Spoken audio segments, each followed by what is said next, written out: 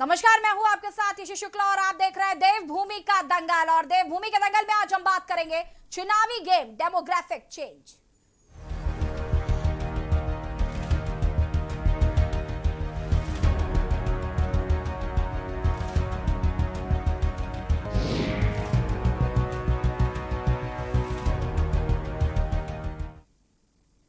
चुनाव नजदीक आते ही देवभूमि उत्तराखंड में जनसांख्यिकीय बदलाव का मुद्दा हाल ही में बड़ी तेजी से उछला है।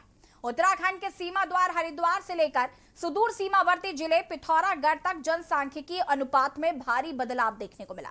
इससे कई किस्म के प्रश्न प्रतिप्रश्न भी पैदा हुए हैं। सियासी हलकों में भी इसे लेकर खासी हलचल है। जनसांख्यिकीय बदलावों पर रोक लगाने के प्रभावी उपाय करने की भी बात एक वर्ग करने लगा है।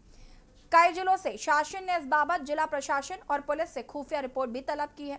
खुद मुख्यमंत्री ने इस बात की पुष्टि की है। इस पर चर्चा करेंगे, लेकिन उससे पहले आपको ले चलते हैं पौड़ी, जहां पर रक्षा मंत्री राजनाथ सिंह आपको बता दें कि पहुंचे हुए हैं पौड़ी, और मुख्यमंत्री पुष्कर सिंह धामी भी इस वक्त पौड़ी में मौजूद है।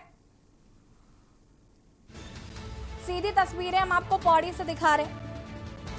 पौड़ी में उत्तराखंड के मुख्यमंत्री पुष्कर सिंह धामी और रक्षा मंत्री राजनाथ सिंह मौजूद हैं।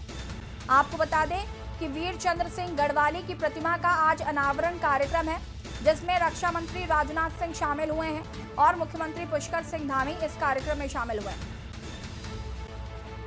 ये सीधी तस्वीरें हम आपको पौड़ी की दिखा रहे हैं। पौड़ी जिले की ये तस्वीरें हैं जहां पर रक्षा मंत्री राजनाथ सिंह पहुंचे हुए हैं। आपको बता दें यहाँ पर प्रतिमा का अनावरण करने के लिए पहुंचे हैं। वीर चंद्र सिंह गढ़वाली की प्रतिमा का अनावरण करने के लिए पहुंचे हैं रक्षा मंत्री राजनाथ सिंह। आप तस्वीरों में देख सकते हैं, उनका स्वागत किया जा रहा है यहाँ पर, और उनके साथ मुख्यमंत्री पुष्कर सिंह धामी, धन सिंह रावत भी मौजूद हैं। तस्वीरों में आप देख सकते हैं वीर चंद्र सिंह गढ़वाली की प्रतिमा का अनावरण कार्यक्रम है ये, और कार्यक्रम में रक्षा मंत्री राजनाथ सिंह मौजूद हैं।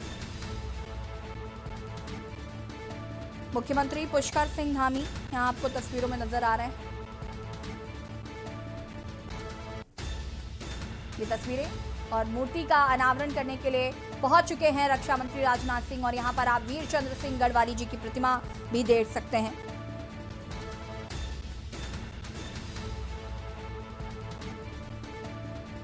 जिसका अनावरण करने के लिए पहुंचे हैं आज रक्षा मंत्री राजनाथ सिंह। वीर चंद्र सिंह गढ़वाली के परिजनों को यहां पर सम्मानित किया गया इस कार्यक्रम में, और अब वीर चंद्र सिंह गढ़वाली जी की प्रतिमा का अनावरण कर रहे हैं रक्षा मंत्री राजनाथ सिंह। उनके साथ मुख्यमंत्री पुष्कर सिंह धामी भी मौजूद हैं। कैबिनेट मंत्री धन सिंह रावत भी यहां पर मौजूद हैं।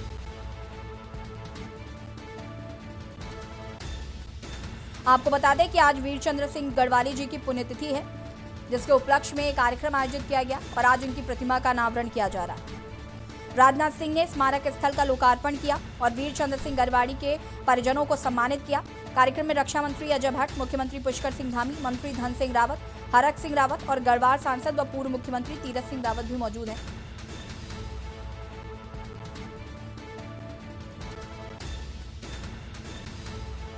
बता दें आपको कि आज वीर चंद्र सिंह गढ़वाली जी की पुण्यतिथि है, और जिसके उपलक्ष्य में ये कार्यक्रम आयोजित किया गया है, और यहाँ पर मूर्ति पर माल्यार्पण कर रहे हैं, पुष्पांजलि अर्पित कर रहे हैं, श्रद्धांजलि अर्पित कर रहे हैं। मंत्री धन सिंह रावत भी आपको तस्वीरों में नजर आ रहे हैं। पुष्कर सिंह धामी मुख्यमंत्री और रक्षा मंत्री राजनाथ सिंह तिलक चंदन के साथ रक्षा मंत्री जी का यहाँ पर टीका किया गया, और उसके बाद अब मूर्ति का अनावरण कर रहे हैं रक्षा मंत्री राजनाथ सिंह।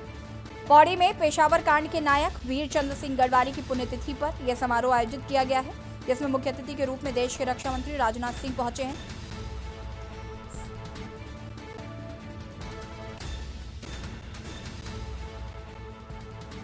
पौड़ी पहुंचे रक्षा मंत्री राजनाथ सिंह, और यहां पर मूर्ति का अनावरण किया गया। रक्षा मंत्री राजनाथ सिंह यहां पर मुख्य अतिथि के तौर पर पहुंचे और मूर्ति का अनावरण किया, श्रद्धा सुमन अर्पित किए, और श्रद्धा सुमन अर्पित करने के साथ साथ उनको श्रद्धांजलि दी। और आपको बता दें कि उनके जो परिजन हैं, वीर चंद्र सिंह जी के जो परिजन हैं, उनका भी आज यहाँ पर सम्मान किया गया। और अब हम बात कर रहे हैं जिस तरीके से देवभूमि के दंगल में डेमोग्राफिक चेंज की, जो कि इस वक्त बहुत तूल पकड़ रहा है। और यहाँ पर मुख्यमंत्री पुष्कर सिंह धामी ने पुलिस से खुफिया रिपोर्ट भी तलब की है। खुद मुख्यमंत्री ने इस बात की पुष्टि की है। उन्होंने कहा है कि उत्तराखंड में जो लोग भी बाहर से आकर बसेंगे, सरकार उनकी जानकारी जुटाएगी। किसी धर्म विशेष को ध्यान में रखकर सरकार को ई कार्य नहीं कर रही है। वहीं विपक्ष ने सरकार की मंशा पर सवाल खड़े किए हैं। सवाल यह है कि क्या चुनाव को देखते हुए इस मुद्दे को उछाला जा रहा है। चर्चा आज हम इसी पर करेंगे। हमारे साथ मेहमान भी जुड़ेंगे, लेकिन उससे पहले ये रिपोर्ट देखिए।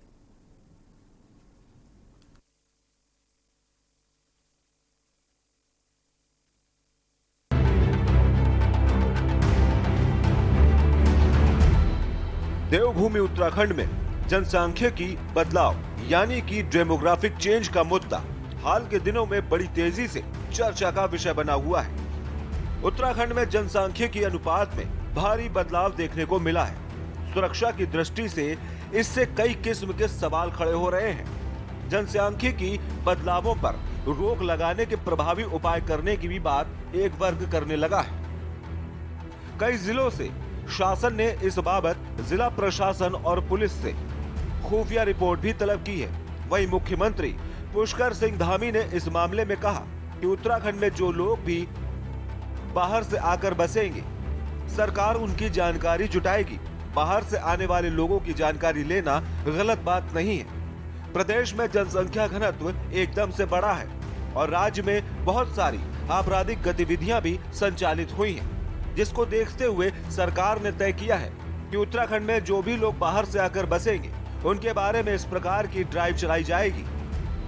का घनत्व तो एकदम से बढ़ा है और उसके कारण से बहुत सारी आपराधिक गतिविधियां संचालित हुई हैं। कई बार बहुत सारे लोग लंबे समय से यहाँ रहते हैं, आते हैं, उनका कुछ अता पता नहीं होता है। इसलिए जो भी उत्तराखंड के अंदर आकर बसेंगे, उनके बारे में इस प्रकार की ड्राइव चलाई जाएगी।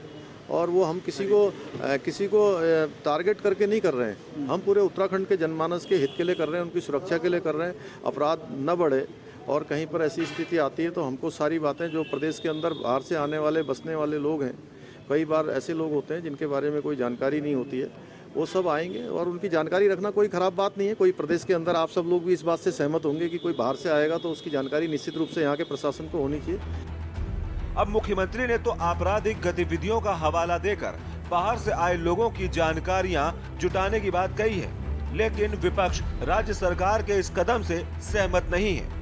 कांग्रेस नेता मथुरा दत्त जोशी का कहना है कि चुनाव को देखते हुए सरकार अब ऐसे संवेदनशील मुद्दों को ला रही है जिससे बीजेपी को कोई लाभ नहीं होगा। वहीं आम आदमी पार्टी भी सरकार की मंशा पर सवाल खड़े कर रही है, जबकि जानकारों का मानना है कि वर्तमान में ये समय की आवश्यकता है। मुख्यमंत्री जी के पास तो सारा अमला जमला है, उनकी इंटेलिजेंस है, उनकी एलआईयू है, उनकी सीबीआई है, उनके सीबीसीआईडी है, सारा पुलिस तंत्र है, सारा प्रशासनिक व्यवस्था है। मुख्यमंत्री को ये कहने की आवश्यकता क्या है? अगर कोई गलत आदमी यहाँ आ रहा है तो उसमें रोक लगाई जाए, उसको बंद किया जाए, उसको पकड़ा जाए, उसको सार्वजनिक किया जाए। ये कह के तो मुख्यमंत्री जी मुझे लगता है चुनाव में जाने से पहले ही हार गए हैं। सांप्रदायिक माहौल बिगाड़ने की बात हो रही है। अरे जो व्यक्ति सत्ता में है, अगर वही व्यक्ति ये कहेगा उसके रहते रहते घुसपैठ हो रही है, तो इससे बड़ा दुर्भाग्य क्या होगा और वो व्यक्ति क्या असफल नहीं माना जाएगा? ये सरकार की असफलता है अगर उनके रहते रहते घुसपैठ हो रही है। तो यदि डेमोग्राफिक चेंज को लेकर कोई गंभीर समस्या पनप रही है तो सरकार को इस पर श्वेत पत्र जारी करना चाहिए ताकि प्रांतीय स्तर पर उस पर कार्रवाई हो सके, जनता भी उसमें शामिल हो सके। अन्यथा ये मनगढ़ंत मुद्दे चुनावी लाभ के लिए उछालकर उत्तराखंड की जनता का असली मुद्दों से ध्यान भटकाने का प्रयास सरकार बंद करे। अगर ये सरकार इतनी सजग होती तो चाइना हमारे यहाँ घुसकर हमारे पुलों को नहीं तोड़ के जाता। तो सरकार पूरी तरह से फेल है, अपनी असफलताओं को छुपाने का प्रयास चुनावी समय में कर रही है। देखिए, ये समय की ये उत्तराखंड की जरूरत है, क्योंकि समय की बात मैं इसलिए नहीं कहूँगा क्योंकि चुनाव आने वाले हैं, ठीक है ना। लेकिन ये उत्तराखंड की बुनियादी जरूरत तो है, इसे देखना होगा, इसे समझना होगा, क्योंकि उत्तराखंड आंदोलन और उत्तराखंड राज्य की जो स्थापना हुई है और अभी 22 साल हो रहे हैं, और 22 सालों में अगर उत्तराखंड में इस तरह की चीज़ें निकल करके आती हैं तो फिर इसका भविष्य उज्जवल हो, इस पर सवालिया निशान खड़े हो जाएंगे। कुल मिलाकर राज्य में जनसांख्यिकी बदलाव आए, इस बात से तो इनकार नहीं किया जा सकता। साथ ही पहाड़ों से पलायन होने के चलते चिंता और भी बढ़ी है। ये भी सही बात है, लेकिन बड़ा सवाल ये है कि आखिर त्रिवेंद्र सिंह रावत के बनाए पलायन आयोग ने फिर क्या किया। दूसरा सवाल ये है कि चुनाव के मुहाने पर आकर सरकार अब इस मामले में क्या कर लेगी। ऐसे अनगिनत सवाल अपने जवाब के इंतजार में हैं। देहरादून से के न्यूज इंडिया के लिए अंकित काला की रिपोर्ट। जी हाँ, तो आज देवभूमि के दंगल में हम बात कर रहे हैं चुनावी गेम डेमोग्राफिक चेंज। चुनाव नजदीक आते ही देवभूमि उत्तराखंड में जनसांख्यिकीय बदलाव का मुद्दा बड़ी ही तेजी से उछला है, जो कि हमने आपको रिपोर्ट के जरिए दिखाया कि कैसे उत्तराखंड के सीमादार हरिद्वार से लेकर सुदूर सीमावर्ती जिले पिथौरागढ़ तक जनसांख्यिकीय अनुपात में भारी बदलाव देखने को मिला है और इससे कई किस्म के प्रश्न प्रतिप्रश्न भी पैदा हुए हैं। सियासी हलकों में भी इसको लेकर खासी हलचल है, क्योंकि 2022 में चुनाव होने हैं। जनसांख्यिकी बदलावों पर रोक लगाने के लिए प्रभावी उपाय करने की भी बात एक वर्ग करने लगा है। कई जिलों से शासन ने इस बाबत जिला प्रशासन और पुलिस से खुफिया रिपोर्ट की भी तलब की है। खुद मुख्यमंत्री ने इस बात की पुष्टि की और उन्होंने कहा है कि जिलेवार तरीके से एक टीम गठित की जाएगी, जो कि पता लगाएगी कि कौन लोग बाहर से रहने आ रहे हैं। सवाल ये उठता है कि उत्तराखंड के कई लोग ऑलरेडी पलायन कर रहे हैं, बाहर से जो लोग हैं वो आकर यहाँ पर बस रहे हैं, उनकी अभी तक कोई जानकारी नहीं है। जनसंख्या जो है वो भी तेजी से बढ़ रही है, जिसकी पुष्टि खुद मुख्यमंत्री पुष्कर सिंह धामी ने की है। उत्तराखंड में जो लोग भी बाहर से आकर बसेंगे, सरकार उनकी जानकारी जुटाएगी। किसी धर्म विशेष को ध्यान में रखकर सरकार कोई भी कार्य नहीं करेगी, इस बात की भी बात मुख्यमंत्री पुष्कर सिंह धामी ने की है। चर्चा हम आज इसी पर कर रहे हैं। हमारे साथ मेहमान जुड़े हुए, इनसे आपका परिचय करा देते हैं। सुशील त्यागी जी हमारे साथ बीजेपी से जुड़े हुए हैं, कमलेश रमन जी कांग्रेस से हैं और हमारे साथ पीसी थपलियाल जी यूकेडी से जुड़ चुके हैं और विनोद करपवार जी आप आम आदमी पार्टी से हमारे साथ जुड़े हैं। आप सभी का बहुत बहुत स्वागत है सबसे पहले तो। और सबसे पहले सुशील जी मैं आपके पास आऊंगी और आपसे जानना चाहूंगी कि ये जो आज आपको याद आ रहा है जनसांख्यिकीय परिवर्तन जो आपको दिख रहा है, क्या ये आपको काफी लंबे समय से नहीं दिख रहा था? क्योंकि विपक्ष अब ये सवाल उठा रहा है कि महज ये चुनावी मुद्दा है, क्योंकि इसके बाद आपके पास बताने के लिए कुछ भी नहीं है। अरे यार, अरे प्रतिमा को फोन करना ना, मैं टैक्सिंग हो रही हूँ, बताइए ना कहाँ दिखूं? सुशील जी आपकी आवाज नहीं आ रही है।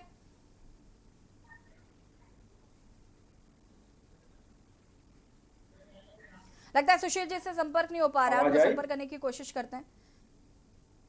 कमलेश जी हमारे साथ जुड़े हुए हैं। कमलेश जी आपने सवाल उठाए हैं, जो मुख्यमंत्री पुष्कर सिंह धामी ने बड़ी चिंता जाहिर की है, उसको लेकर कांग्रेस लगातार हमलावर हो रही है कि महज चुनावी मुद्दा है, क्या कुछ कहना है आपको? देखिए, अगर आपको जनसंख्या के ऊपर कुछ भी बदलाव लाने की आवश्यकता थी तो पूरे 5 साल भाजपा की सरकार थी, तो उस पर गौर क्यों नहीं किया गया, ये भी एक सवाल है। दूसरा सवाल ये उठता है कि क्या आपकी खुफिया एजेंसी ये नहीं जान पाई कि हमारे प्रदेश के अंदर कुछ घुसपैठिए घुस आए हैं या कुछ ऐसे लोग घुस आए हैं जिनकी आप इस समय अब जनगणना शुरू करेंगे। तो आपको नहीं लगता कि जब हमारी सीमा में कोई व्यक्ति घुसता है तो उसकी वहीं पर एंट्री होकर, वहीं जांच होकर के हमारे प्रदेश की सीमा में उसे आना चाहिए। आज चुनाव आ चुका है सर के ऊपर और भाजपा की सरकार ने प्रदेश के लिए कोई विकास का काम नहीं किया, जिसके कारण अब वो जनता को भटकाना चाहते हैं, भ्रमित करना चाहते हैं। उसके वजह से अब ये एक जनसंख्या की जो है लेकर के आ रहे हैं कि हम यहाँ पर अब जनगणना कराएंगे, उन लोगों की जांच कराएंगे जो लोग बाहर से आके यहाँ बसते हैं। तो क्यों सरकार को ये पूरे 4.5 साल हो चुके हैं, ये तब क्यों नहीं दिखाई दिया? आज अचानक अब चुनाव आने वाले हैं, आप देश हित की बात, प्रदेश हित की बात करते हैं, तो आप पूरे 5 साल मौन क्यों रहते हैं? आप धर्म के नाम पर, जाति के नाम पर 5 साल मौन क्यों रहते हैं? जैसे ही चुनाव आता है, आपका राष्ट्रव्यापी अभियान शुरू हो जाता है, तो बीजेपी के ऊपर सवाल तो है। इसका मतलब सरकार फेल है। सरकार ने पूरे 5 साल ये नहीं देखा कि अगर एकदम से जनता बढ़ी है तो कैसे बढ़ी और क्यों बढ़ी है, ये तो सरकार को देखना चाहिए था। आपका जो पलायन आयोग है वो क्या कर रहा है? आपके जो जी कमलेश जी, बिल्कुल कहीं ना कहीं सवालों के घेरे में तो जरूर है सरकार। पीसी थपलियाल जी मैं आपसे जानना चाहूंगी, आपकी क्या राय है मुख्यमंत्री के इस बयान को लेकर, और आपको क्या लगता है कि ये क्या उत्तराखंड में मांग नहीं है, ये ऐसा नहीं होना चाहिए या होना चाहिए? जब कभी भी चुनाव आते हैं अगर देश के चुनाव आते हैं तो देश की सीमाओं में भारतीय जनता पार्टी चिंतित हो जाती है जी। और जब राज्य के चुनाव आते हैं तो राज्य की सीमाओं की बात देखिए आप, कितना बड़ा अचंभित बात है कि राज्य की सीमाओं की चिंता कब से मुख्यमंत्री करने लग गए हैं। क्या ये देश क्या राज्यों में डिवाइड होने जा रहा है? क्या उत्तराखंड के लोग नजीबाबाद, मुरादाबाद और बरेली और अहमदाबाद नहीं रहते क्या? हमारे लाखों लाख लोग आज रोटी रोजगार के लिए हमारे प्रदेश से बाहर गए हैं। अगर उन प्रदेशों में भी ये जनगणना शुरू हो जाए कि वहां ये लोग जनता को बेवकूफ बनाने का काम कर रहे हैं।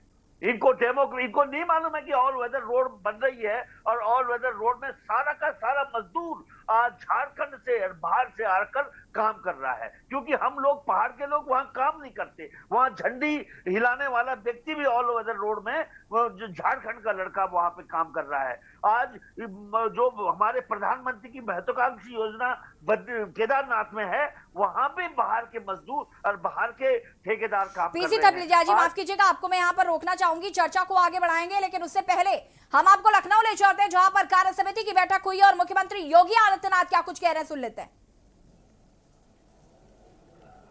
आप सब इस कार्य समिति में यहां पर उपस्थित हुए हैं। मैं सबसे पहले आप सबका हृदय से अभिनंदन करता हूं, आप सबका मैं स्वागत करता हूं।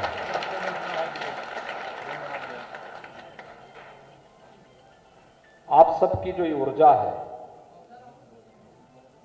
ये ऊर्जा भारत की ऊर्जा है, उत्तर प्रदेश की ऊर्जा है, और इस ऊर्जा को भारतीय जनता पार्टी जैसे राजनीतिक दल के साथ जुड़ करके राष्ट्र निर्माण की प्रवर्तमान अभियान में हम सब भी सहभागी बन सकें, इस दिशा से इसकी बहुत महत्वपूर्ण भूमिका है। इतनी महत्वपूर्ण भूमिका है जिसकी कोई कल्पना भी नहीं कर सकता।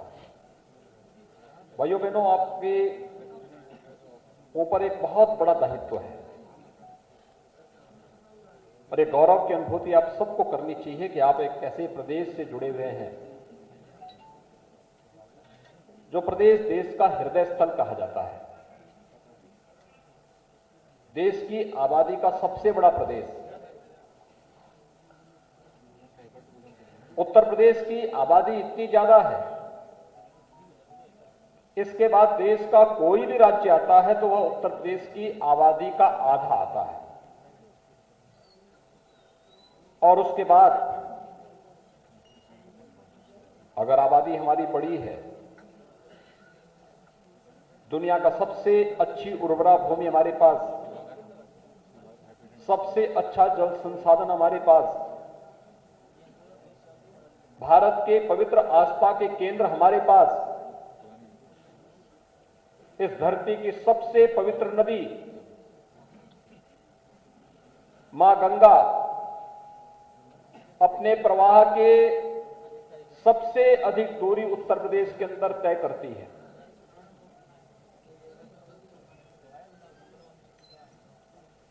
मर्यादा पुरुषोत्तम भगवान श्री राम की पावन जन्मस्थली उत्तर प्रदेश, भगवान श्री कृष्ण की पावन जन्मस्थली उत्तर प्रदेश, बाबा विश्वनाथ का धाम उत्तर प्रदेश,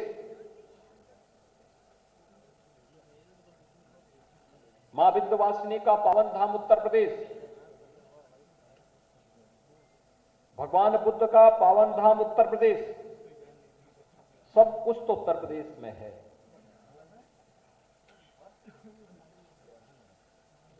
लेकिन भाइयों बहनों, कौन ऐसी स्थितियां थी कि उत्तर प्रदेश आज से 5 साल पहले आप जैसे युवाओं के सामने पहचान का संकट खड़ा कर दिया था। और यहाँ पर आपने मुख्यमंत्री योगी आदित्यनाथ को सुना, जो कि कार्य समिति बैठक में है, और वहां पर वो युवाओं को संबोधित करे। साथ ही साथ उन्होंने कहा कि देश के युवाओं को बहुत तरीके से सरकार में मदद मिली है। फिलहाल यहाँ पर वक्त हो गया है छोटे से ब्रेक का, जल्द हाजिर होता है। आप देख रहे हैं के न्यूज, खबरों का सारथी। चिकित्सक आपके द्वार सेवा उत्तराखंड में संजीवनी साबित हो रही है, जहां अनुभवी डॉक्टर राज्य के हर परिवार तक मोबाइल के माध्यम से स्वास्थ्य सुविधा उपलब्ध करा रहे हैं। वहीं उत्तराखंड के अंतिम छोर पर रह रहा व्यक्ति चिकित्सक से सिर्फ एक कॉल दूर है। आज राज्य के दर्जनों डॉक्टर सुबह से शाम फोन के माध्यम से लोगों के स्वास्थ्य संबंधी समस्याओं का समाधान कर रहे हैं। उत्तराखंड सरकार द्वारा जहां टोल फ्री नंबर 104 पर स्वास्थ्य सहायता प्रदान की जा रही है, वहीं व्हाट्सएप नंबर 9412080622 पर भी स्वास्थ्य से संबंधित परामर्श प्रदान किया जा रहा है। इसके साथ ही राज्यवासी ई संजीवनी पोर्टल के माध्यम से भी इस सेवा का लाभ उठा सकते हैं। मेरे पेट की परेशानियां थी, जिसके लिए मैंने 104 नंबर पे कॉल किया। वहां से मुझे कुछ दवाइयां प्राप्त हुई, जिन्हें खाने के बाद मैं पूर्णतः लाभान्वित हुआ और मुझे आराम है। कोरोना के दौरान मेरी तबीयत खराब हुई, घर बैठे ही फ़ोन के माध्यम से मिला इलाज। अब मैं एकदम ठीक हूँ। हमारी आशास है जिनको हमने भी टैबलेट्स दिए हैं, एनम जिनको हमने टैबलेट्स दिए हैं, स्मार्टफोन दिए हैं, उनको भी हमने इसके सारी ट्रेनिंग करा दी है। जब भी ये लोग फील्ड एक्टिविटीज़ के लिए जाते हैं तो वहाँ पर भी अगर कोई लाभार्थी मिलता है जिसको किसी तरह की तकलीफ है, जिसके डॉक्टर्स को दिखाना चाहता है, तो टैबलेट के थ्रू, थोड़ा स्मार्टफोन के थ्रू से कनेक्ट हो जाते हैं और हमारे डॉक्टर्स से निःशुल्क में चिकित्सा परामर्श लेते हैं। जन जन की है सरकार, चिकित्सक पहुँचे आपके द्वार। आप देख रहे हैं के न्यूज, खबरों का सारथी।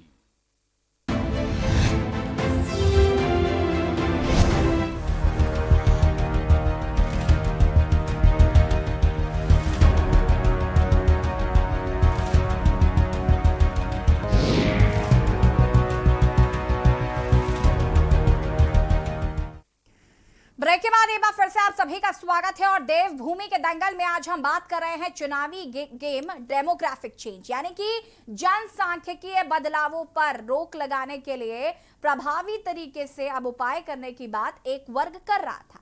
कई जिलों से शासन ने इस बाबत जिला प्रशासन और पुलिस से खुफिया रिपोर्ट भी तलब की है। खुद मुख्यमंत्री ने इस बात की पुष्टि की है और उन्होंने कहा है कि उत्तराखंड में जो लोग भी बाहर से आकर बसेंगे, सरकार उनकी जानकारी जुटाएगी और ये किसी धर्म विशेष को ध्यान में रखकर नहीं किया जा रहा है, बल्कि ये सभी के लिए। वही विपक्ष ने सरकार की मंशा पर सवाल खड़े किए हैं कि ये बात 4.5 सालों से ज्यादा का वक्त बीत चुका है, 2022 के चुनाव नजदीक है, अब सरकार को ये याद क्यों आ रहा है। चर्चा हम इसी पर कर रहे हैं। हमारे साथ तमाम मेहमान भी जुड़े हुए हैं और विनोद जी के पास सीधे चलेंगे। आम आदमी पार्टी से हमारे साथ जुड़े हुए हैं। विनोद जी, आपसे जानना चाहेंगे हम, ये जो मुख्यमंत्री पुष्कर सिंह धामी का जो बयान सामने आया है, इसको लेकर क्या कुछ कहना है आपको, क्योंकि आप भी इसका विरोध कर रहे हैं। देखिए, सबसे पहले मैं के न्यूज का धन्यवाद करता हूं जी कि आपने देश की इतनी ज्वलंत समस्या, जिस विषय को लेकर के आज आप आए हैं, उसके लिए मैं आपका धन्यवाद कर रहा हूं। जी धन्यवाद। और ये जो इतना महत्वपूर्ण विषय है, ये केवल उत्तराखंड का विषय नहीं है, ये पूरे भारतवर्ष का विषय है। और 1971 में केरला में इसकी सबसे पहले इसकी नींव रखी गई थी, जनसंख्या नियंत्रण थी। और 1976 में मैं समझता हूँ इंदिरा गांधी जी का कार्यकाल था, जब फोर्सफुली इसको लागू किया गया जी। तब भी कभी सरकार ने इसको गंभीरता से नहीं लिया। और क्योंकि ये फोर्सफुली किया गया, जब तक लोग मानसिक रूप से स्वेच्छा से अगर इसके लिए तैयार नहीं होते हैं, तो इन्होंने जो नशबंदी, जो उसमें परिवार नियोजन जो कार्यक्रम चलाया, उसके बाद आज धीरे धीरे समय परिवर्तन होता गया और अब आज भारतीय जनता पार्टी की सरकार और उत्तराखंड में इस कानून को लाने की तैयारी कर रही है। हम इस कानून का व्यक्तिगत रूप से और आम आदमी पार्टी इसका समर्थन करती है, लेकिन इसका जो टाइमिंग है, इसका जो समय है, इस पर हमको संदेह है जी। और इसका संदेह का जो कारण है जी कि आज तक इस भारतीय जनता पार्टी ने इस पर कभी गंभीरता से क्यों नहीं सोचा। आज मैं भारतवर्ष के जो अंतिम तहसील है, उत्तराखंड का जो अंतिम तहसील है, भारतवर्ष का जो अंतिम तहसील है, सीमांत क्षेत्र जो जोशीमठ का मैं रहने वाला हूँ, आज चाइना की नज़र हमारी ओर है जी। चाइना के सैनिक हमारे बॉर्डर पर पहुंच जाते हैं। और ऐसे ही आज जो जनपद चमोली है, चाहे उत्तरकाशी है, चाहे पिथौरागढ़ है, इन सीमाओं में, इन स्थानों पर बहुत से बाहर के ऐसे लोग आ गए हैं जो क्या कहते हैं, जो जिनकी पहचान नहीं की गई है जी, वो लोग वहाँ पर पहुँच गए। तो देश की सीमाओं को भी अब खतरे की जो हम खतरा जो महसूस कर रहे हैं वो इस परफेक्ट हम देख सकते हैं। लेकिन आज भारतीय जनता पार्टी ने अब लगभग 4-5 महीने रह गए हैं और इस पर विचार कर रही है। इससे सब लोगों को संदेह, सारी पार्टी को संदेह है और इसके लिए केवल भारतीय जनता पार्टी दोषी नहीं है, क्योंकि ये उत्तराखंड राज्य शहीदों ने बहुत सपने देकर इस राज्य का निर्माण किया था। जी, उनको लगता था कि ये पहाड़ के लिए, ये उत्तराखंड कोई देहरादून या उधम सिंह नगर या हरिद्वार के लिए नहीं बनाया गया था। ये उन सीमाओं में जो हम लोग रहते हैं, बॉर्डर पर रहते हैं, जो पिथौरागढ़ के अंतिम छोर में जो व्यक्ति रहता है, जो उत्तरकाशी के अंतिम छोर में जो व्यक्ति रहता है, जो चमोली के अंतिम छोर में हमारे जो नीति का जो बॉर्डर पड़ता है, जो माणा का जो बॉर्डर पड़ता है, उन बॉर्डरों पर जो लोग रहते हैं उनकी सुरक्षा को, उनको परिस्थितियों को, उनकी परेशानी को ध्यान में रखकर उत्तराखंड राज्य का निर्माण किया गया था। जी, इसके पीछे सबसे बड़ा लॉजिक यही रहा होगा। लेकिन क्योंकि जब जनरल खनोड़ी इस उत्तराखंड प्रदेश के मुख्यमंत्री थे, उन्होंने इस विषय पर 5 बिस्वा जमीन देने के लिए उन्होंने कहा था कि बाहर के लोग उसको खरीद सकते हैं। लेकिन ये हम सबका दुर्भाग्य है कि जब यहाँ त्रिवेंद्र जी की सरकार रही तो उन्होंने इस कानून को भी खत्म कर दिया। इससे क्या, जब आप भू कानून की बात हम लोग कर रहे हैं, आज पूरे प्रदेश के अंदर जन आंदोलन हो रहे हैं, भू कानून की लोग बात कर रहे हैं, लेकिन उस पर कोई गंभीरता से सोच नहीं रहा है। लोग सोच रहे हैं लोग ये केवल वैसे ही एक आंदोलन, ये राजनीतिक आंदोलन है, आजकल चुनाव का माहौल है, लोग कर रहे हैं। लेकिन इस विषय पर अगर हम गंभीरता से सोचेंगे तो ये भू कानून से भी जुड़ा हुआ विषय है। जी, उत्तराखंड के अंदर अगर ये कानून लाया जाएगा जी, तो निश्चित रूप से ये लोगों के आइडेंटिफाई कर सकते हैं कि किसके पास कितनी जमीन है। जी, अगर सरकार इस पर गंभीर है तो सरकार को यहाँ पर जरूर जांच करनी चाहिए, इस पर्वतीय क्षेत्र में, इस देहरादून में, इस उत्तराखंड में कितने लोगों की जमीन, बाहर के लोगों की जमीन है, इसकी इनको जांच करनी चाहिए। जी, अगर ये जांच करेंगे तो इनको निश्चित रूप से पाया जाएगा कि कितने कैसे लोगों ने। बिल्कुल विनोद जी, कहीं ना कहीं इसमें कोई दो राय नहीं है कि ये जो मामला है ये भू कानून से भी जुड़ा है, पलायन आयोग से भी जुड़ा है और कहीं ना कहीं ये बहुत बड़ा चुनावी मुद्दा भी है। चर्चा हम आगे करेंगे, सुशील त्यागी जी से भी जानकारी लेंगे। फिलहाल वक्त हो गया छोटे से ब्रेक का, जल्द हाजिर होता है।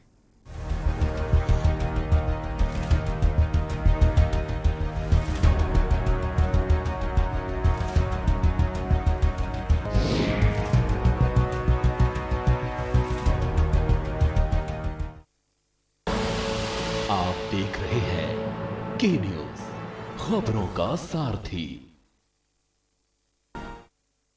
जुबान के लिए उड़ चला गैरों की ज़मीं पर, खुशबू अपने पन की ढूंढता। दूर कितना भी जा, इस जुबान से दूर ना जा पाओगे। विमल, बोलो जुबान केसरी। आप देख रहे हैं के न्यूज, खबरों का सारथी।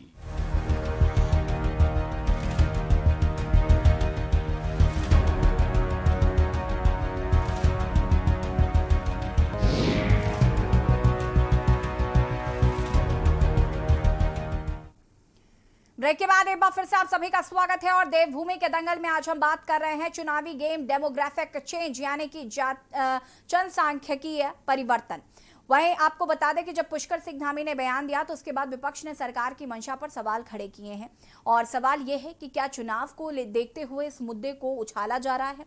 हम इसी पर लगातार चर्चा कर रहे हैं। हमारे साथ मेहमान भी जुड़े हुए हैं और सीधे सुशील जी के पास हम चलेंगे। सुशील जी, आपको आवाज आ रही है हमारे?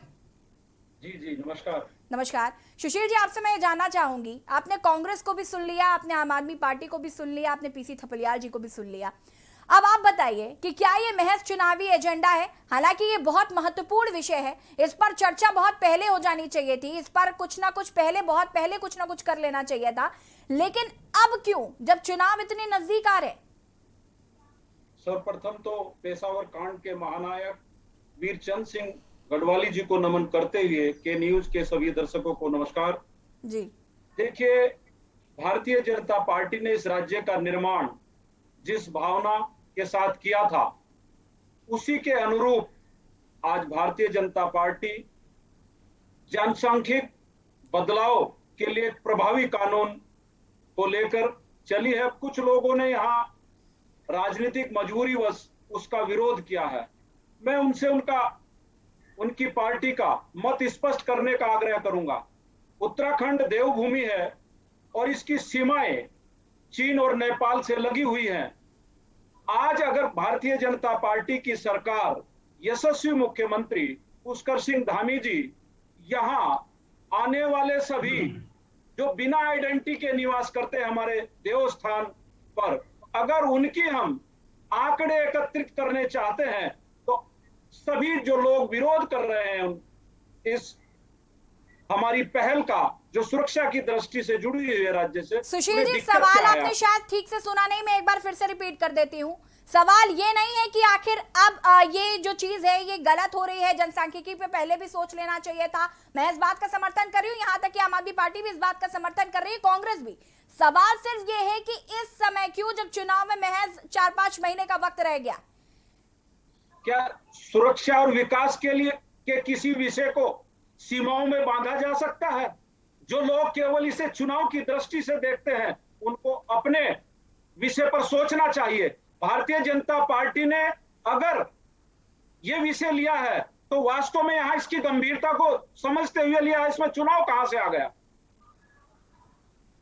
तो सुशील जी, आपको नहीं लगता कि काफी देर बाद आपको सुरक्षा का ख्याल आ रहा है? और ये तो विपक्ष का आरोप है कि सुरक्षा और मंदिर मस्जिद, इसके अलावा भाजपा के पास कोई मुद्दा नहीं है। जब उन्हें कुछ नहीं मिलता है तो वो सुरक्षा पर आ जाते हैं। अब एक बात बताइए, अगर हम राष्ट्रीयता की बात करते हैं तो ये कहते हैं कि राष्ट्रीयता के ठेकेदार हैं। जब हम राज्य की सुरक्षा की बात करते हैं तब इनको आपत्ति। अब इसमें हम भारतीय जनता पार्टी क्या कर सकती है? आप ये बताइए, अगर राज्य के लोगों की जिन महाबलिदानों के कारण इस राज्य का निर्माण हुआ, अगर उस राज्य की सुरक्षा के लिए, वहां के लोगों की भलाई के लिए हम कोई कानून लेकर आते हैं तो उसमें समय और चुनाव कहां से आ गया? सुशील जी, तो इतना टाइम कैसे लग गया? आप मुझे ये बताइए, जब पूर्व मुख्यमंत्री त्रिवेंद्र सिंह रावत थे उस दौरान पलायन आयोग बनाया गया था, आपके उस पलायन आयोग ने क्या किया? पलायन आयोग की रिपोर्ट शासन में है, उसी श्रेणी में तो ये सब चीजें शुरू हुई है। हमने देरी कहाँ की है? अभी आप देखिए, हमने जो पूर्व मुख्य सचिव थे सुभाष कुमार जी, उनकी अध्यक्षता में कमेटी गठित की। आप सभी राजनीतिक दलों और यहाँ की जनता के लिए आज हमने पब्लिश किया है समाचार पत्रों में। आप इस राज्य की भलाई के लिए अपने सुझाव दीजिए, इसे चुनाव में मत भटकाइए। इस उत्तराखंड देवभूमि में निवास करने वाले लोगों के भले और सुरक्षा के लिए आप जो भी सुझाव दे सकते हैं जनहित में वह दीजिए। इस सरकार के और लोगों की भलाई के, सुरक्षा के इस विषय का विरोध मत कीजिए। चलिए, पीसी थपलिया जी, क्या कहना है आपको सुशील त्यागी जी की बात का? क्या जवाब देना चाहते हैं? क्योंकि वो तो कह रहे हैं कि सुरक्षा के लिहाज से भाई अब जब हमको लगेगा कि ये दिक्कत कर रहा है तब हम करेंगे, अब उसका चुनाव से कुछ लेना देना नहीं है। देखो, किसी भी राज्य में कोई सुरक्षा मंत्रालय नहीं है। सुरक्षा केंद्र का काम है। हमारी बॉर्डर सिक्योरिटी फोर्सेस सीमाओं पे है, वो बखूबी हमारी आर्मी आज सीमाओं पे है। राज्य सरकारों के अधीन न तो आर्मी है और न बीएसएफ है। आज जितने भी हैं आईडी, जो अन्य फोर्सेस, सीआरपीएफ वगैरह, सब केंद्र सरकार के अधीन है। अब इनकी जो चिंता राज्यों की हो गई है, ये किस क्या चिंता हुई इनको कि जो ये बोलने लगे कि साहब ये वहां का एक खाली इन्होंने जो उन्माद फैलाने का काम किया है, ये मुस्लिम समुदाय के ऊपर इनका इंडिकेशन रहता है और इनडायरेक्टली वो ये चाहते हैं कि मुस्लिम लोग पहाड़ों में ज्यादा हो गए हैं और वो उनकी इंटीग्रिटी पे सवाल उठाकर ये हिंदुओं का वोट इकट्ठा करने का काम करते हैं। तो पीसी थपलियाल जी, मतलब आप ये कहना चाहते हैं कि भाजपा जो है वो एक बार फिर हिंदू मुस्लिम की राजनीति कर रही है? बिल्कुल बिल्कुल, नहीं तो क्या सुरक्षा करनी। सुशील जी, क्या कहना है आपको? आप एक बार फिर धर्म की राजनीति कर रहे हैं और क्या यही एजेंडा है आपका चुनाव जीतने का? जवाब दीजिए पीसी थपलियाल के सवाल का। सुशील जी, आपको आवाज आ रही है? जी जी, मुझे आवाज आ रही है। देखिए, जहां तक थपलियाल जी ने, उनकी मजबूरी हो सकती है, आप मुझे बताइए। मैं आपका सम्मान करता हूं। मेरा थपलियाल जी, आप गौर से सुनिए मेरी बात को। आप इसको चुनावी टाइम से क्यों जोड़ते हैं? नहीं, जैसा आपने नहीं, आप थपलियाल जी प्लीज मैं आपसे एक निवेदन करना चाहता हूं जी। सुरक्षा, क्या किसी राज्य का अगर जनसांख्यिकी असंतुलन बिगड़ेगा तो उस राज्य की जिम्मेदारी नहीं होगी, सरकार की जिम्मेदारी नहीं होगी क्या? उस जिम्मेदारी का निर्वहन करते हुए राज्य के यशस्वी मुख्यमंत्री पुष्कर सिंह धामी जी ने यहाँ की सुरक्षा और यहाँ के लोगों के भलाई के लिए अगर कोई पहल की है तो धपलियाल जी उसका स्वागत करना चाहिए। आपके पास इतना मैन पावर है कि आप इस काम को 4-5 महीने में कर पाओ? आप देखिएगा, अगर हमने शुरुआत, आपने देखिए, आपने तो हमने 22,000 लोगों को नियुक्ति देने का काम किया, तब भी लोगों ने उस पर प्रशंसित लगाया। अरे स्कूल के मास्टरों पे लादोगे एक एक्स्ट्रा बोझ और वो कर भी नहीं पाएंगे, बहुत असंभव है। क्योंकि जो भी लोग, अरे आप ये देखिए, सिक्योरिटी जो हमारी एलआई होती है, सीआईडी होती है, हमारी सीबीआई होती है, केंद्र का पूरा तंत्र हमारे राज्य में बारीकी से, दिल्ली में अगर शुरू कर दिया हमें डेमोक्रेसी या यूपी में कर दी तो साहब सरकारें केवल डेमोक्रेसी में ही उलझी रहेगी 5 साल। आसान नहीं है ये काम सुरक्षा का काम है। किसी भी राज्य में सुरक्षा मंत्रालय देखा आपने? सुरक्षा मंत्रालय केंद्र का होता है। फोर्सेस, सीमाएं अगर आपकी सुरक्षित हैं तो राज्य चैन से सो सकते हैं। राज्यों का काम ये नहीं है कि साहब सहारनपुर से कौन आ रहा है, नजीबाबाद से कौन आ रहा है। क्या आप ये देखिए कि आज उत्तराखंड में पूरे के पूरे जो बाहर का कामगार है उसको परेशान करने का एक तरीका आपने अपनाया है। अस्थायी निवासी तो कोई भी हो सकता है, स्थायी और अस्थायी निवासियों का क्या आप कोई अकाउंटिंग करने जा रहे हो? ये बताइए आपके देश में अगर मेरे उत्तराखंडी अगर मुरादाबाद में बसेंगे, अलीगढ़ में बसेंगे तो वो ये बोलेंगे कि बाहर के लोग आ गए। बाहर का आदमी देश की सीमाओं से अंदर आता है और भारत माता की सीमाएं सुरक्षित हैं, सुरक्षित। हमारी फौजी वहां पे तैनात हैं। वहां तो देख नहीं रहे हो जहां चीन तुम्हारी खिड़की पे बैठ गया है। और आज जनरल ने स्पष्ट रूप से कहा कि अपनी सीमाओं का जो विवाद है उसको सुलझाओ। अगर आप ऐसी ही चिंताओं में राज्य लगने लगे अपने राज्यों की जनता की डेमोक्रेसी में तो इस देश का विनाश निश्चित है। सुशील जी, राज्य 2-3 सवाल हैं। थपलिया जी आपके पास भी आऊंगी। सुशील जी, मैं यहाँ पर 2-3 सवाल हैं। पहला सवाल तो ये कि क्या आप इस बात को मान रहे हैं कि पुष्कर सिंह धामी जब से मुख्यमंत्री बने हैं तब से ये जो अहम मुद्दे हैं वो उनको दिखाई पड़ रहे हैं? बाकी के जो 4 साल तक वो मुख्यमंत्री रहे, पूर्व मुख्यमंत्री रहे त्रिवेंद्र सिंह रावत, तीरथ सिंह रावत, इनको ये मुद्दे नजर नहीं आए? इन्होंने सारे काम खराब किए हैं जिनका खामियाजा भुगतना पड़ रहा है उत्तराखंड की जनता को। देखिए, इस राज्य की भलाई और यहाँ के लोगों की सुरक्षा संवेदनशील मुद्दा है ये। इसको मैं बार बार कह रहा हूं, आप चुनाव की समय सीमा से मत जोड़िए। इस राज्य का निर्माण यशस्वी सुशील जी, आप मुझे बताइए कि ये जो बाहर के लोग आए हैं ये क्या 2-4 दिन में आ गए? बाहर के लोग अगर यहाँ सुशील जी बताइए। नहीं, आप पहले मुझे इस बात का जवाब दीजिए। आप कह रहे हैं चुनाव से मत जोड़िए, चुनाव से मत जोड़िए। हम नहीं जोड़ रहे चुनाव से, लेकिन आप मुझे बताइए कि जो बाहर के लोग आए हैं 37% आबादी बढ़ी है, तो ये 37% जो है ये अभी कल परसों आए हैं, नरसों आए हैं, 2-3 दिन लगे उनको यहाँ आने में। अगर वो कभी भी आए हैं, अगर हम उनकी जांच कराना चाहते हैं तो राजनीतिक नजर अब क्यों पड़ी? यही तो सवाल है सुशील जी, नजर अब क्यों पड़ी? अब मुख्यमंत्री पुष्कर सिंह धामी को दिख रहा है, इसका मतलब आप मानिए क्या ये जो त्रिवेंद्र सिंह रावत थे, तीरथ सिंह रावत थे, इन्होंने कुछ नहीं किया, इन्होंने सिर्फ जनता को मूर्ख बनाया है। मान लीजिए आप। भू कानून के लिए आयोग किसने बनाया? त्रिवेंद्र जी। सिर्फ आयोग बना है अभी तक, भू कानून के लिए सिर्फ आयोग बना है सुशील जी, और अभी तक इस पर कुछ भी फैसला नहीं आया। अभी तक अगर भू कानून बन गया होता तो शायद आधी से ज्यादा समस्या सुलझ गई होती। आयोग की रिपोर्ट में जो बिंदु थे उसमें एक बिंदु ये भी था कि यहाँ का जो डेमोग्राफिक चेंज है उसमें चिंता करनी चाहिए, और सरकार ने उसी मद्देनजर ये पहल की है। चलिए आपके पास आते हैं, कमलेश जी कुछ कहना चाहती है। कमलेश जी, क्या कुछ कहना आपको? देखिए, 2017 के चुनाव में भाजपा के घोषणा पत्र में था, शायद आप मंगा के देख लीजिएगा, उसमें पहले ही सीमाओं की सुरक्षा के लिए घोषणा पत्र में डाला था कि इस प्रदेश के अंदर जो भी सीमाएं हैं उनकी सुरक्षा करने की जिम्मेदारी राज्य सरकार की, हम लोग निभाएंगे इस चीज को। तो पूरे 4.5 साल सरकार क्या करती रही? वही जो अभी आपने बोला है। यही मेरा सवाल था कि जो हमारे 2 मुख्यमंत्री बदले हैं, इन्होंने 3 मुख्यमंत्री एक साथ बदले हैं, उन मुख्यमंत्रियों को उन सीमाओं के ऊपर नजर क्यों नहीं गई?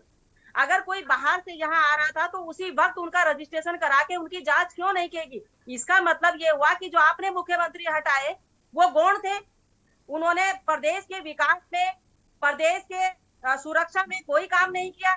अब इस समय सिर्फ और सिर्फ चुनाव है तो जनता का ध्यान भटकाने के लिए, क्योंकि युवाओं को रोजगार नहीं मिला, महिलाओं की सुरक्षा नहीं हुई, स्वास्थ्य आपका खराब है। कोरोना के समय पे आप देख लीजिएगा पूरे 2 साल स्वास्थ्य का क्या हाल रहा, लोग किस तरीके से क्वारंटाइन होकर के आप तबेले में थे, कहीं किसी ने सांप ने काट लिया, कोई गिर गया, कोई किसी तरीके से लोगों की कितनी परेशानियां कोरोना काल में झेलनी पड़ी। ये सारी चीजें, शिक्षा का बुरा हाल है, इस समय शिक्षा पटरी पर नहीं है, स्वास्थ्य खराब है, युवाओं को रोजगार नहीं है, प्रदेश के अंदर। देखिए कमलेश जी, यहाँ पर एक सवाल आप पर भी उठता है कि अगर यहाँ पर आज भाजपा के द्वारा, या भले ही चुनावी समय है, हम इसे चुनावी मुद्दा मान भी रहे हैं, आप लगातार कह रही हैं, विपक्ष लगातार कह रहा है, मान लेते हैं कि ये चुनावी मुद्दा है, लेकिन ये कहीं ना कहीं उत्तराखंडियत और पहाड़ी लोगों का सवाल है, पहाड़ियत पर ये खतरा है। तो मैं तो समर्थन करती हूँ कि ये बहुत अच्छा काम किया जा रहा है, लेकिन सवाल ये है कि अब क्यों, अभी तक क्यों नहीं किया गया? ये 4.5 साल से ज्यादा का वक्त बीत गया है, अभी तक क्या किसी को समझ में नहीं आया कि 37% आबादी हो चुकी है हमारे देश में, बढ़ गई है, कहां से बढ़ी, कैसे बढ़ी? कमलेश जी, आपको समर्थन करना चाहिए, लेकिन हाँ, ये चुनावी मुद्दा जरूर हो सकता है। जी देखिए, ये तो सरकार को देखना चाहिए ना, क्योंकि अभी जैसे आपने बताया कि सेंटर की हमारी फोर्स होती है, राज्य की कोई फोर्स नहीं है, राज्य में कोई भी केंद्र नहीं है। सरकार अगर जो नहीं देखती है वो दिखाना आपका काम है, मुख्य विपक्ष है। बिल्कुल, हमने दिखाने का काम किया, जब पलायन करके लोग इस प्रदेश के अंदर आ रहे थे, उस वक्त भी कांग्रेस ने चिल्ला कर कहा कि आप इनका रजिस्ट्रेशन कीजिए। आज अचानक आप कह रहे हैं कि जनसांख्यिक हम लोग बदलाव लाना चाहते हैं, किस तरीके का आपका? आप जब पलायन करके जब लोग उत्तराखंड के अंदर प्रवेश कर रहे थे, उस वक्त भी कांग्रेस ने कहा कि जो लोग हमारे भाई और बहन यहाँ से आ रहे हैं या जा रहे हैं यहाँ से, आप उनका रजिस्ट्रेशन कीजिए, उनकी जांच कीजिए। और आज अचानक आपको हर चीज राष्ट्र हित में चुनाव आते तभी दिखाई देती है। कोई भी आप आंकड़े उठा के देख लीजिए, जब भी चुनाव आता है तभी कोई ना कोई ऐसा चीज होगा, क्योंकि ना तो प्रदेश में कुछ हुआ है और ना ही सेंटर में कुछ हुआ है। आज युवा सड़कों पर है अपने रोजगार को लेकर के, आज रोजगार के मुद्दे पे सरकार मौन है, क्यों? आज आप जनसांख्यिक जो बदलाव लाने की बात करते हैं, आप गुमराह करना चाहते हैं देश की और इस प्रदेश की जनता को, तो आपको जवाब देना पड़ेगा इस प्रदेश की जनता को। सुशील जी, कि आज अचानक इस वक्त आप प्रदेश की जनता की बात कर रहे हैं, हिंदू मुस्लिम करने की जो बात आप कर रहे हैं, उसके ऊपर आपको विचार तो करना ही चाहिए और करना भी पड़ेगा सरकार को, क्योंकि अचानक आप एक ऐसा फरमान जारी कर देते हैं जिसका अभी कोई औचित्य नहीं है। आपके पास कौन सा अमली जामा है कि 4 महीने में आप ये सांख्यिक बदलाव ला सकते हैं? वही बात आपने कर दी कि औचित्य नहीं है, जरूरी बहुत है, फर्क सिर्फ इतना है कि अब क्यों।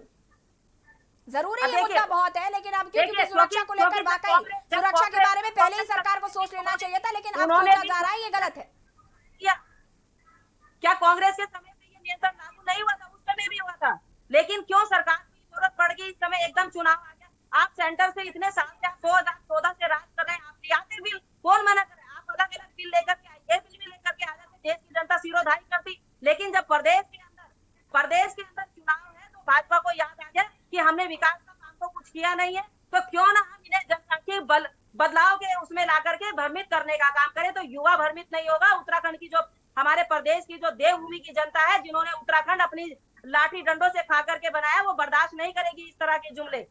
जी चलिए कमलेश जी, सुशील त्यागी जी, कमलेश जी की बात का जवाब दीजिए, पहली बात तो। और दूसरी बात मैं आपसे ये पूछना चाहती हूँ कि जिस तरीके से अपने बयान में मुख्यमंत्री पुष्कर सिंह धामी ने एक वर्ड एड ऑन किया है, उन्होंने कहा कि ये किसी व्यक्ति विशेष वर्ग के लिए नहीं है, ऐसा उनको कहने की जरूरत क्यों पड़ी? क्या वाकई हिंदू मुसलमान चल रहा है? बिल्कुल, देखिए, जो राजनीतिक तुष्टीकरण की राजनीति करते हैं जी, मैं उनसे ये कहना चाहता हूं कि माननीय मुख्यमंत्री जी ने कहा है कि जो माननीय यशस्वी प्रधानमंत्री ने कहा कि सबका साथ और सबका विकास, भारतीय जनता पार्टी की सरकार उसी शब्द वाक्य पे अपना कार्य करती है। कमलेश जी प्लीज एक मिनट, आप इसकी चिंता क्यों करते हैं कि ये धर्म विशेष के खिलाफ है? क्या तुष्टीकरण की राजनीति से चुनाव लड़ना चाहते हैं? आप मुझे बताइए। को ये बयान देने की आवश्यकता नहीं थी, क्यों कहा? वो सीधा कहते कि जनसांख्यिक बदलाव आएगा। उन्होंने आप सभी लोगों ने जब ये आवाज उठाई, माननीय मुख्यमंत्री जी ने कहा कि किसी धर्म विशेष के खिलाफ नहीं है, राज्य के लॉ एंड ऑर्डर से जो विषय जुड़ा है, इसी विषय को लेकर सरकार आगे बढ़ रही है। ये किसी भी धर्म विशेष या संप्रदाय के खिलाफ नहीं है। जो भी लॉ एंड ऑर्डर सुरक्षा की दृष्टि से जो भी संभव होगा, हम सबकी सुरक्षा राज्य में देने के लिए प्रतिबद्ध हैं। माननीय मुख्यमंत्री जी ने इसीलिए ये शब्द कहा है। अगर यही जी उम्मीद करते हैं कि ये वाकई चुनावी मुद्दा ना हो और ये इसके लिए आप वाकई गंभीरता से ले रहे हो। आप सभी हमारे साथ बने रहिए, चर्चा को आगे हम जरूर बढ़ाएंगे। और आज हम बात कर रहे हैं चुनावी गेम डेमोग्राफिक चेंज। चर्चा इसी पर। वक्त हो गया छोटे से ब्रेक का, जल्द हाजिर होते हैं।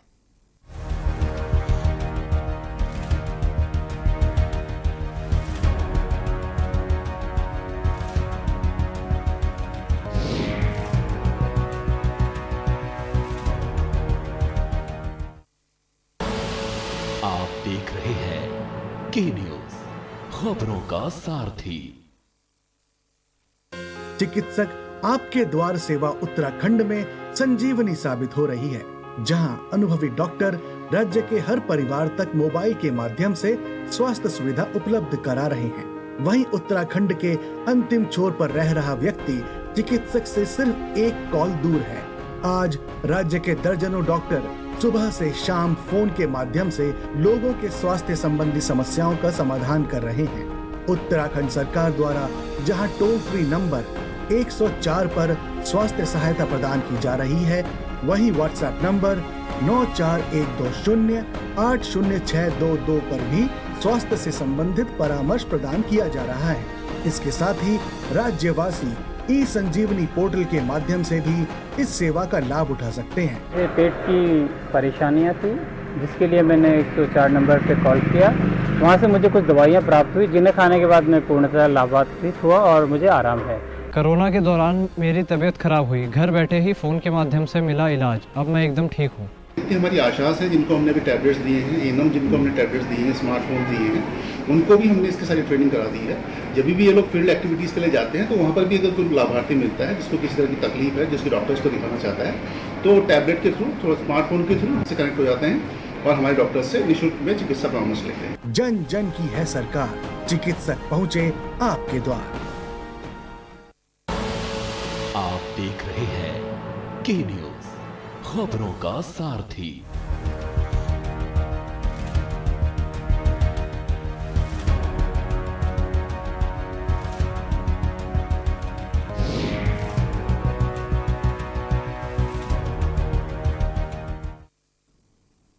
ब्रेक के बाद एक बार फिर से आप सभी का स्वागत है और हम बात कर रहे हैं डेमोग्राफिक चेंज की, जिसने हाल ही में उत्तराखंड की सियासत में हलचल मचा दी है। और इसी पर हम चर्चा कर रहे हैं। हमारे साथ मेहमान भी जुड़े हुए हैं। और विनोद जी, अब मैं आपका रुख करना चाहूंगी और आपसे जानना चाहूंगी कि आपका क्या मानना है। सुशील जी की बात को सुन रहे हैं आप लगातार, आप सहमत हैं उन बातों से?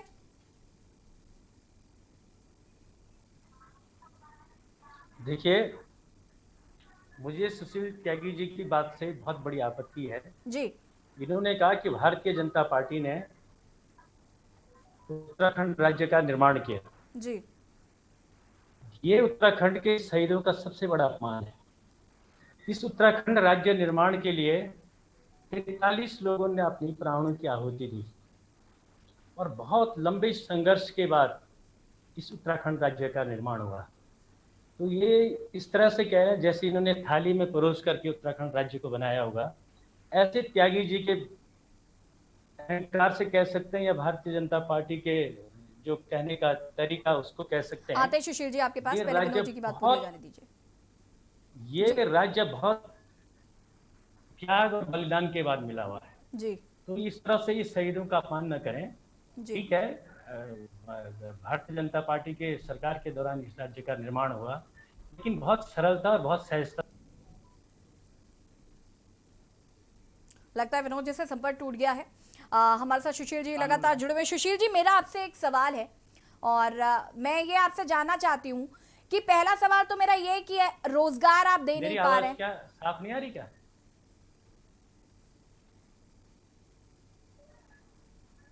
सुशील जी आपके पास आऊंगे। विनोद जी भी हमारे साथ जुड़ चुके हैं। विनोद जी, आप अपनी बात को पूरा कर सकते हैं। जी जी।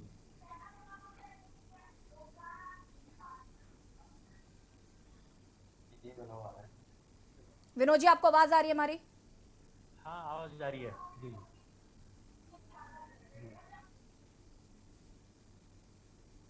विनोद जी, अपनी बात को पूरा कर सकते हैं आप?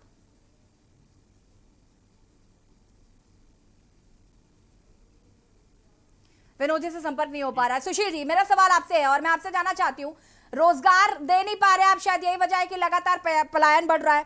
पलायन आप रोक नहीं पा रहे हैं, और उसके बाद बाहर से जो लोग आ रहे हैं यहाँ पर वो अपने छोटे छोटे कामों को लेकर यहाँ पर कर रहे हैं। उसके बाद अब ये जनसांख्यिकीय जो परिवर्तन है इसकी बात करी जा रही है।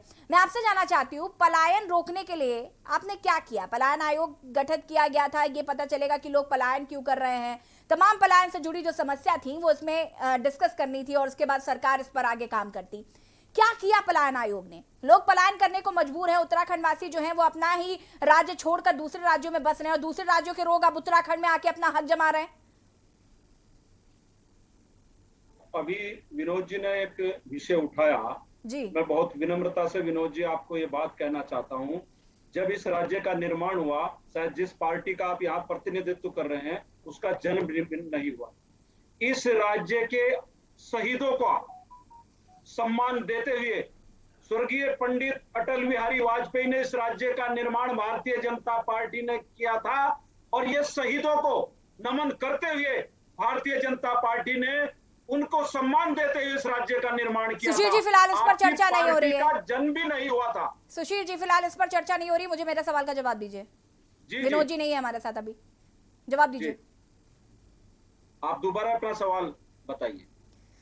रोजगार आप दे नहीं पा रहे, उत्तराखंड के जो लोग हैं वो पलायन करने को मजबूर हैं। पलायन काफी तेजी से हो रहा है, बहुत ही ज्यादा तेजी से पलायन हो रहा है और बाहर के लोग जो हैं वो आके उत्तराखंड में रह रहे हैं।